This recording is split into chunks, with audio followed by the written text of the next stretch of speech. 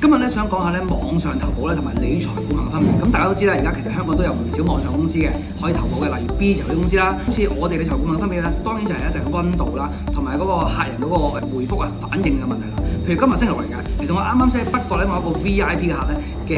office 度出嚟，咁因為同佢要分析一啲嘢啦，我要整啲 Excel 俾佢啦，甚至佢啲特別嘅賠償咧，想問一問我可以點樣去處理。咁其實呢樣嘢咧，我相信咧一定係比網上好多，因為你唔通等 AI 啊或者一啲嘅robot 咁去答你，咁有兩件事嚟噶嘛。咁所以咧，我哋好想俾人知道咧，就係其實當然每個人都係選擇，但問題如果你揀到顧問嘅話，其實起碼多一個咧溫度服務同埋一個回覆啦。留意下，其實每間公司譬如賠償部、營運部或者投資部咧，其實最大嗰個 head 咧 in charge 都係人嚟噶嘛。咁我哋可以直接，如果我哋係一啲特別嘅 jumbo case 咧，可以直接揾到佢咧，其實同平時係爭好遠嘅。咁所以如果你哋明白嘅話咧，其實我哋希望就可以知道呢件事啦。咁如果大家亦都有興趣嘅話咧，了解我哋真人嘅服務咧，咁你下邊可以留下